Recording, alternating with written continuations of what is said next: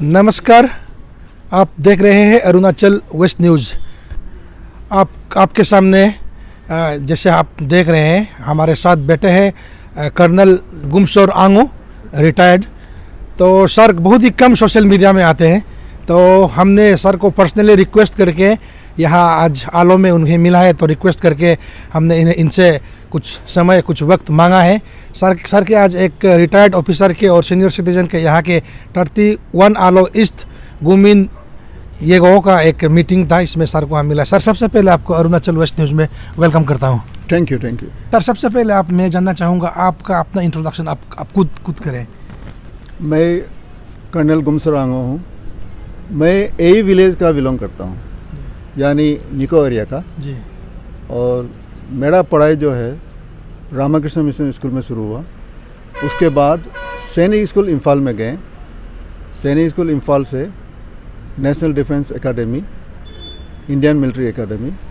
उसके बाद मैं गोरखा रेजिमेंट में कमीशन प्राप्त हुआ 1982 में, दिसंबर 82 में। ओके। और 34 ईयर सर्विस करके 2019 में आर्मी से रिलीज हुआ और मैं आज येगो में आलो एरिया में मैं सेटल हूँ। ओके सर, हम ऐसे देखते हैं कि जो रिटायर्ड हो या जो रिटायर्ड ना भी हो, जो आर्मी ऑफिसर होते हैं वो कम सोसाइटी में मिंगल रहते हैं, क्योंकि वो इतना सोसाइटी में खास करके पॉलिटिक्स में इतना उठना बैठना नहीं रहता है। लेकिन सर आपको देख रहा है, आप जब से रिटायर्ड हुए आलो में एक्टिवली आप सोशल वर्क कर रहे हैं, सोसाइटी के साथ आना जाना रहता है। कल भी मैंने आपके गाँव में गया, यही गांव में, तो वहाँ में भी आप इक्वली पार्टिसिपेट कर रहे हैं, लोगों के साथ घुल मिल के रहते हैं। सर इस कैसे आप आर्मी एक कर्नल रिटायर्ड होने के बाद इस तरह अपने गांव के साथ अपने लोगों के साथ घुल मिल के रह पा रहे हैं? बिल्कुल आपने सही कहा है।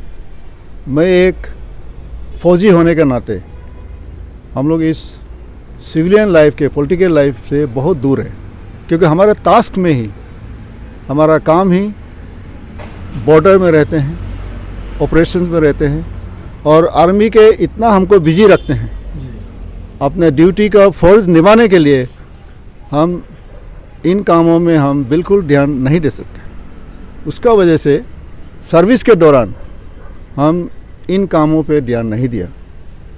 लेकिन रिटायर होने के बाद कॉन्स्टिट्यूशन हमें राइट दिया है कि आप पॉलिटिक्स में पार्टिसिपेट कर सकते हो और इलेक्शन का वोटिंग राइट्स भी दिया हुआ है। तो उसके दहरे मैं सोचता हूँ कि अपनी जितना लाइफ बचा हुआ है तो उसको हमने जो है पूरी लाइफ में अपने अरुणाचल के बाहर कई आदमियों के साथ काम किया है, लेकिन रिटायर के बाद हम अपने गांव के साथ जिससे हम उभरे हैं उनके साथ गांव में सभी अपने काम से, अपने भाई बहन से, बेटियों से मिलके रहना मेरे को ये बहुत अच्छा लगता है।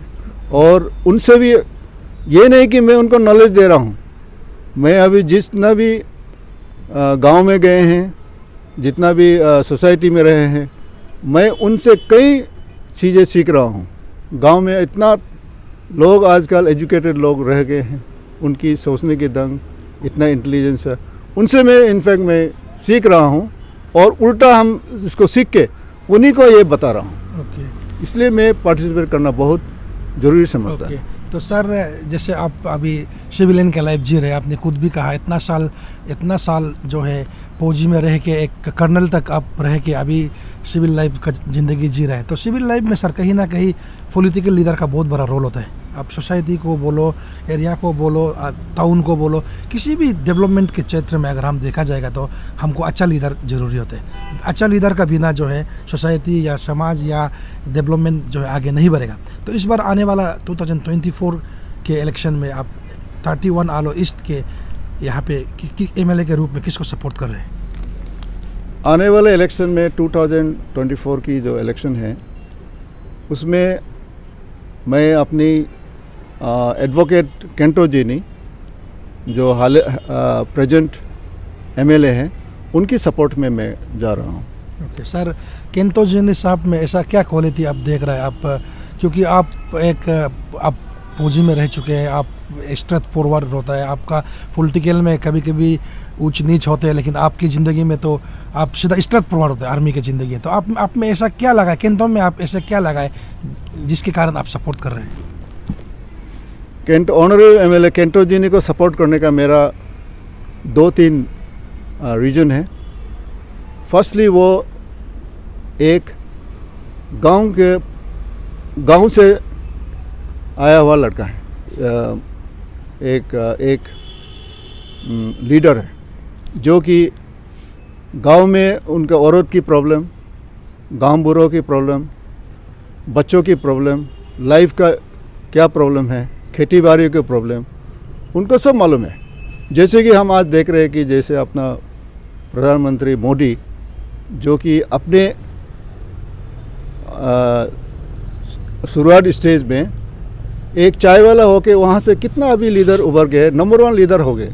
उसका मतलब है कि वो उसको किताब में पढ़ के नहीं है, प्रैक्टिकली ग्राउंड में लोगों की दुख दर्द उसको समझ के उनको करेक्शन होते हुए आज नंबर 1 लीडर आया है वर्ल्ड के। उसी प्रकार से मैं उसको तुलना कर रहा हूँ कि ये जो केंटो है गांव से आया हुआ है, गांव की प्रॉब्लम उनको मालूम है। आज हमारा पॉलिटिकल प्रॉब्लम जो भी इशू जितना है और डेवलपमेंट है उसका डायरेक्शन जो गांव में है, तो वही आदमी है जो कि एक्चुअल को कर सकता है। दूसरा जो है उसको तो वो तो मेरा लिए बहुत छोटा बच्चा है। मैं देखा वो तो गांव में वो लीडरशिप होता था, यहाँ अपने गांव के लीडरशिप बने अगेंस्ट द ये जेपी इंडस्ट्री था उधर का जो फ्लड का, उनके अगेंस्ट में उसने डैम का अगेंस्ट में उसने उठाया है। और स्टूडेंट में भी लीडर बने हैं।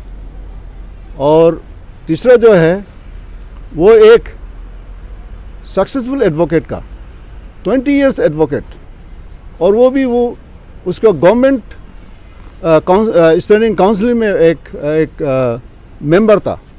उसके होते हुए भी एक सक्सेसफुल एडवोकेसी को छोड़ के वो अनसर्टेनिटी इस पॉलिटिकल में आना, मतलब उसका पक्का कोई अच्छा करने का पब्लिक सर्विस का इरादा है।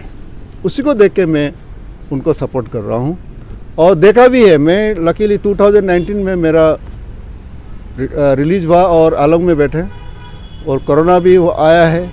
शॉर्ट ड्यूरेशन में उसने काफ़ी काम तरक्की किया है।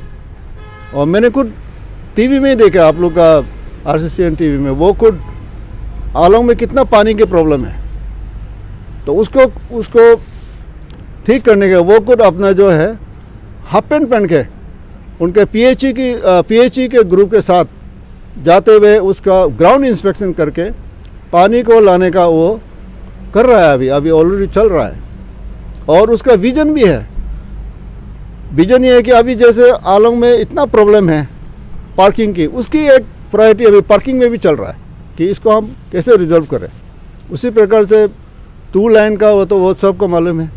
मेडिकल ये सब को मेरा कहने की ज़रूरत नहीं है, तो सब पब्लिक अपने सामने देखे हैं। इसको तो मैं रिपीट करने की ज़रूरत नहीं समझता हूँ।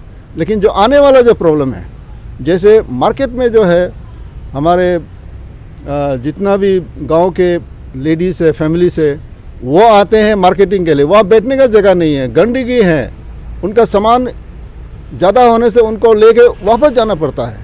ये सब को वो देख रहा है कि इनका फैसिलिटी के लिए वो स्टोरेज बनाना है, उसको अच्छी तरह से एक double storage type, triple storage type market बनाएंगे। पार्किंग का वो जोरदार है। वो इस प्रकार के, ये तो एक कोई प्रॉब्लम और भी आ सकता है, उसको वो विजन देख रहा है। तो इसलिए मैं सोचा कि इनको सपोर्ट करने से आम जनता के लिए पूरा, इसे हमारे 31 के ही नहीं, वहाँ के हमारे वेस्ट का भी जो है वो भी आलोंग में सपोर्ट करते हैं, उनके लिए हेडक्वार्टर है, उनके लिए भी ये फ़ायदा रहेगा। उसका वजह से मैं उनको सपोर्ट करूँ। तो सर, आपके हिसाब से केंटो जिनी साहब जो एक विजनरी लीडर है। ओके, थैंक यू हमें समय देने के लिए। Thank you. Okay, thank you.